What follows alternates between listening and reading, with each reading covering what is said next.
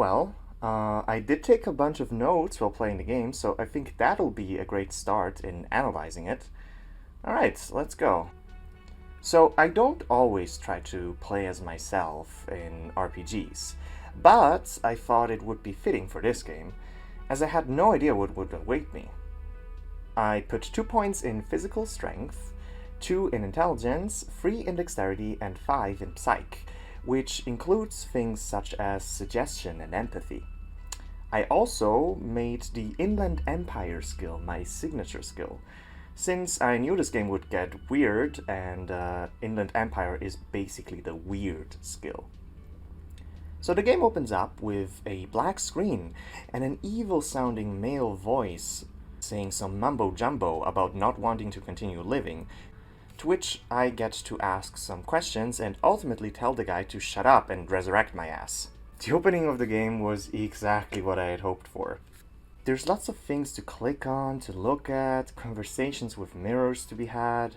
Like in an old school RPG, the game has skill checks with dice rolls that decide if you succeed or not, and I immediately thought these to be fun, as they remind me of playing Dungeons & Dragons with a really funny and sassy DM. The graphic style feels artistic, trippy, and weird, and I love that. The music is melancholic and sometimes straight up eerie. The characters range from intriguing to annoying to heartwarming.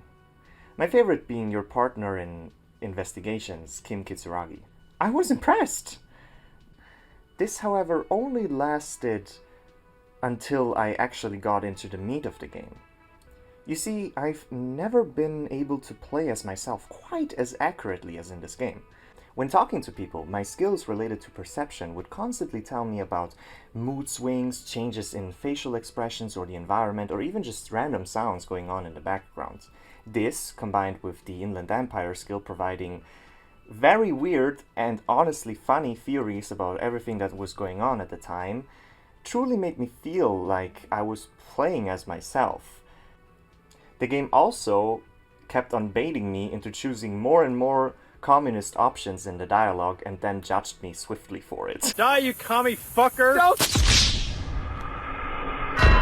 This feeling of truly being myself in this world honestly lasted until it suddenly didn't work anymore.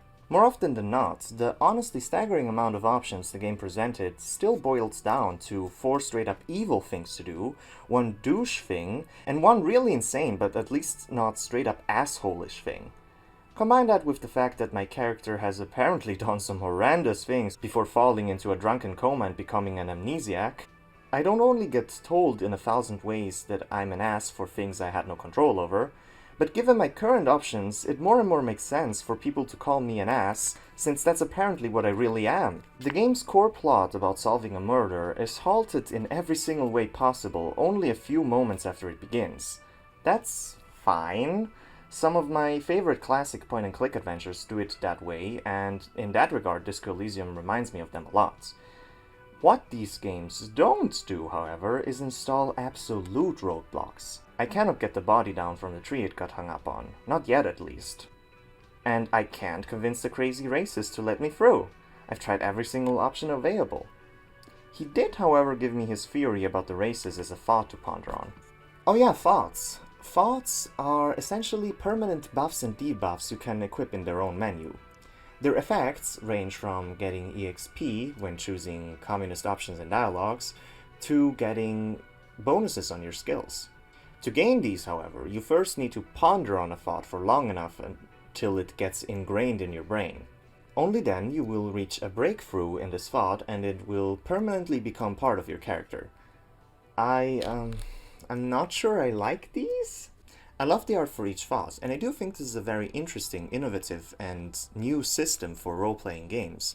But the descriptions for what the thoughts actually do to your character are so vague, pseudo-intellectual, and desperately trying to be funny that they sound like a nightmarish fusion of all my literature professors at uni. So most of the time I don't know what the thought will actually do to me until it becomes permanently part of my character, since many of the descriptions are straight up illegible to me.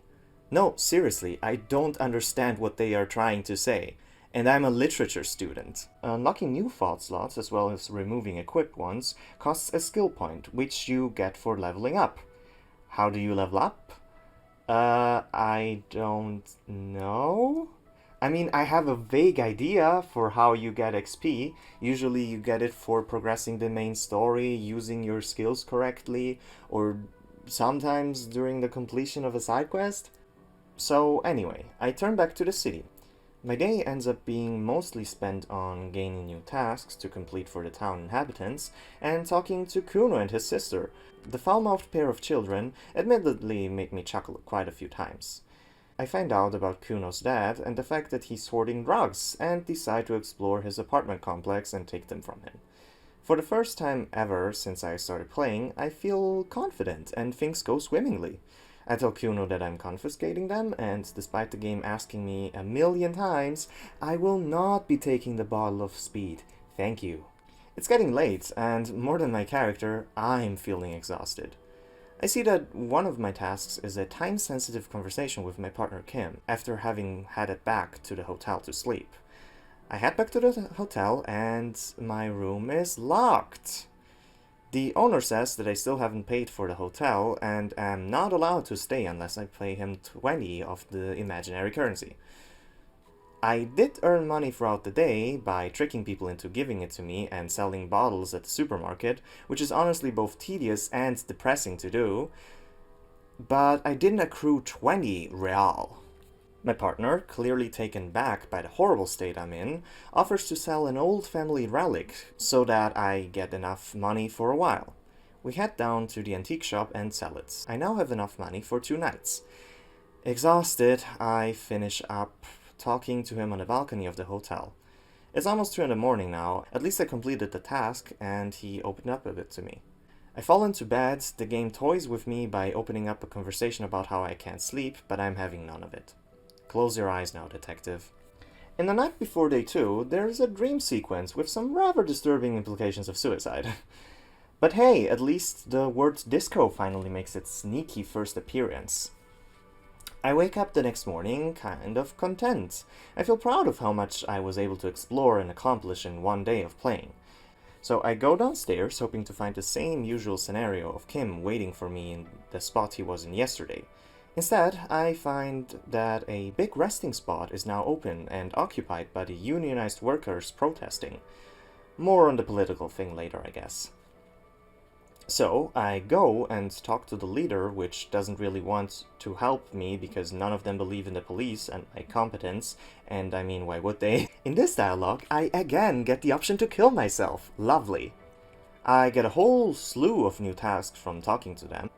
One of them being to get the leader to respect me, which brings me to checks. The checks in this game are what they sound like. They're an action or situation in the game that, just like in old school RPGs, will check if your stats are high enough and then roll the dice to see if you succeed.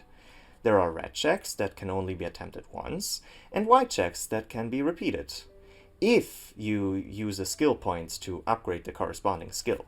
This is a novel idea, to be sure, but again makes zero sense to me and kind of breaks the whole point of a role-playing game. Since when do you upgrade your skills in an RPG just to retry certain sections of the game and not to express what you think your character should be good at? Why would I ever want to spend a skill point or upgrade a skill I want, or even further my own expression, when the most effective and clearly necessary usage of the skill points is to hoard them and use them to rip thoughts out of your mind or refresh checks over and over until you might succeed? The game keeps telling me to embrace failure in checks, but it doesn't seem to mean it. Failure most of the times amounts to stagnation. As much as the game says it will create interesting situations, it usually just causes awkward ones, where nothing really happens. Or, well, I die. After finishing up this rather long talk, I feel anxious. My list of tasks has grown so long and convoluted, I just don't know what to do. Yes, I have a full list of things to do, but I don't know how or where to do any of them, since nothing is even slightly straightforward. I decide to visit the book souvenir shop and have a talk to the shop owner about her forcing her daughter to work and not letting her go to school. It felt good being a goody two-shoes for once. Then, the owner freaks out because I want to go explore her storage room, but she says I can't. She starts sweating, yelling, crying. she's completely out of control, and instead of giving me the option of telling her, look, I'm sorry, but I am investigating a murder, you have to let me go through, I instead just get a bunch of childish and assholish options. Thanks. I explore the thing, and wouldn't you know it, there's absolutely nothing of relevance anywhere except for some old guns for the clearly very violent uprising that's going to ensue soon. I head back to the owner, and all of a sudden, she's completely chill and just says, oh lol, I just didn't want you to open the door because this place is cursed, hahaha, I'm so random XD. Fuck this game. At the start, I felt really invested in the game and its world because I'd never been able to so accurately be this caricature of myself in dialogues, with my empathy skill informing me about people's emotions with everything I say. But exactly because of that, I can't fucking stand how much bullshit and hurt I'm practically forced to subject them to, just to progress the game. I don't feel like I'm making decisions. Dialogue options don't disappear, and since nothing ever progresses, I just click through all options in a desperate attempt to reach progress, which most of the time only comes when I do something terrible. I just don't get it. Other games also have assholes as their main characters, like the Deponia trilogy, one of my favorite games of all time. Disco Elysium reminds me a lot of Deponia, be it for the political themes, characters, or even bleakness of the world. In these games, you play as an absolute monster of a main character that hurts everyone around him. But not only is the game funny for the exaggerated comedic situations you're put in, it also allows for real choice and real progression in dialogue. It also doesn't give you the illusion of the player identifying with the main character, and therefore allows him to overcome his own flaws and grow as a person. Disco Elysium has none of that. I'm no stranger to reading hours and hours through a game feeling sad, bored, anxious, or even miserable. All of my favorite games have elements of that in them. But Disco Elysium's sheer reveling in misery broke me. One evening, while gobbling down on salami and pickles, I decided to just fuck it and become a racist. Maybe the crazy guy will let me go through then. Well, that worked, and I get to meet the guy he works for too. He's a sleazeball, but I finally learn my real name. Harry Dubois. Fitting. The big race theorist gets the hanged man down from the tree for us, and we start the autopsy, which ends with me and Kim shoving the man's body into a huge fridge I found earlier and me fishing out a bullet from his throat. Kim congratulates me on my well-done detective work and brings away the body.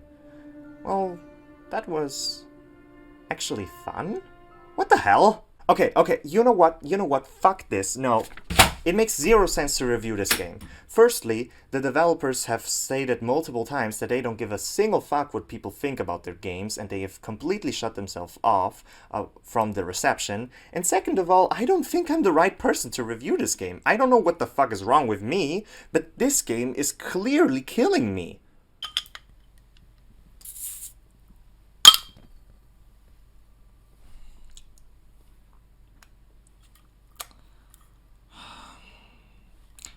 Did you know that this is my favorite beer? Oh, right. The game. Yeah, just let me have this moment.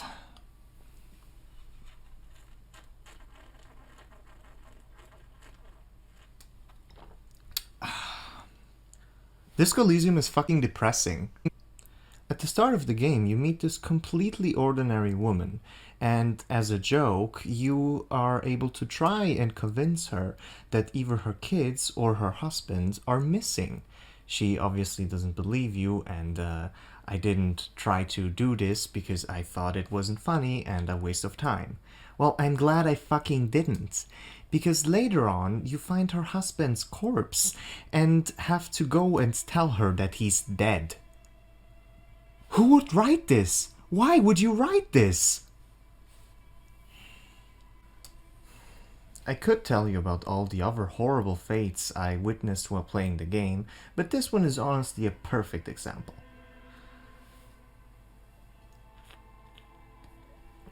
You know what? I hate Disco Elysium. And I hate it because it hits too close to home. The arid landscapes, the depressing atmosphere, the melancholic music, the people both physically and mentally trapped. It reminds me of my home. But that's not the problem. The problem is Harry Dubois. Harry is everything I hate about myself. He's this shell of a man who used to be positive, fit, and charming, and somehow, while living his best life, he lost all of that. Now he just goes around hurting himself as well as other people, clinging on to whatever stupid ideologies he's fascinated by nowadays. I've seen Disco Elysium described as the perfect game to catch the feeling of a midlife crisis. The game makes you feel useless, aimless, powerless. It showed me the ugliness not only I, but also other people possess. And my first reaction was to be disgusted and try to get as far away from it as I possibly could. But I couldn't.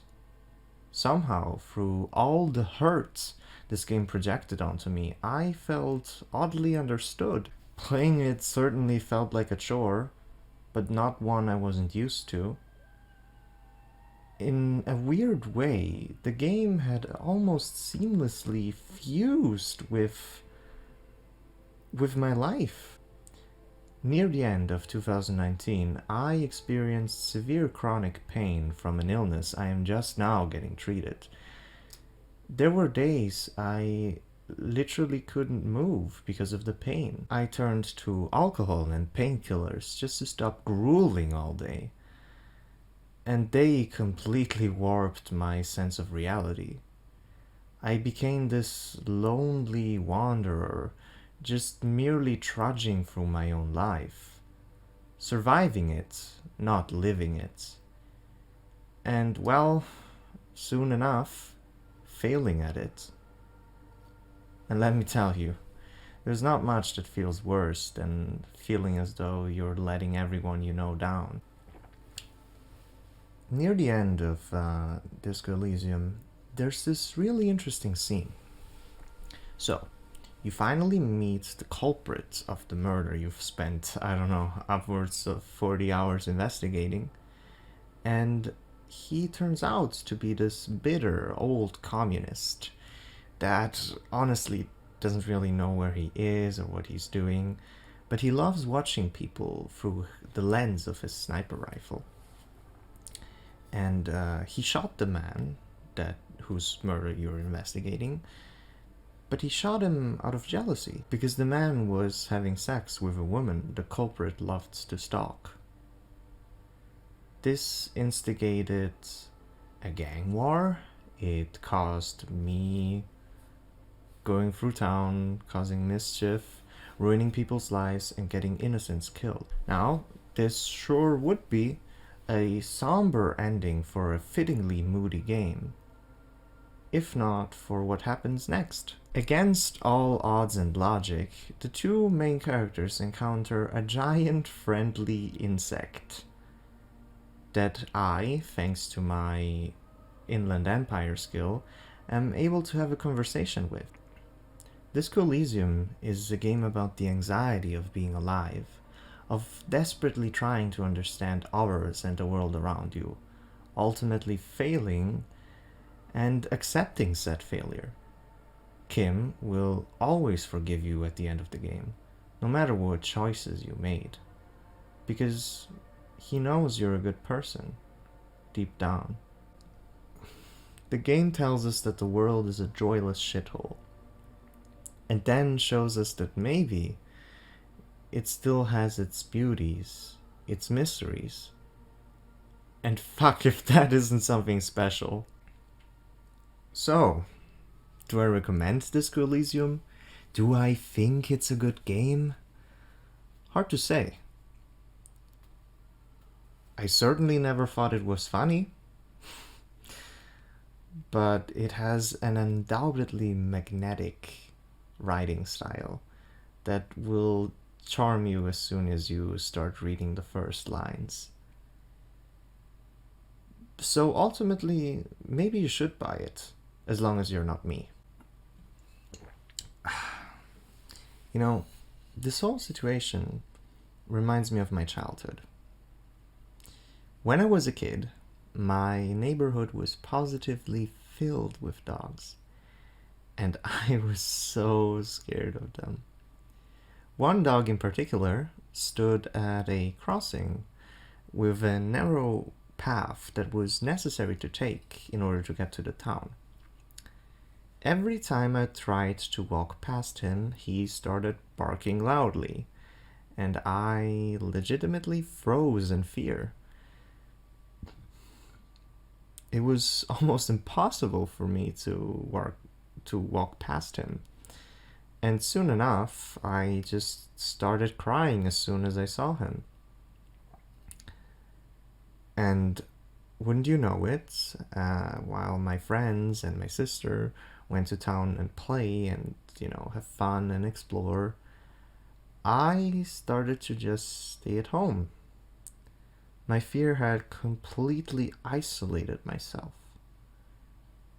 Now, I never really got closure on that because the dog that barked at me died before I could truly overcome my fear.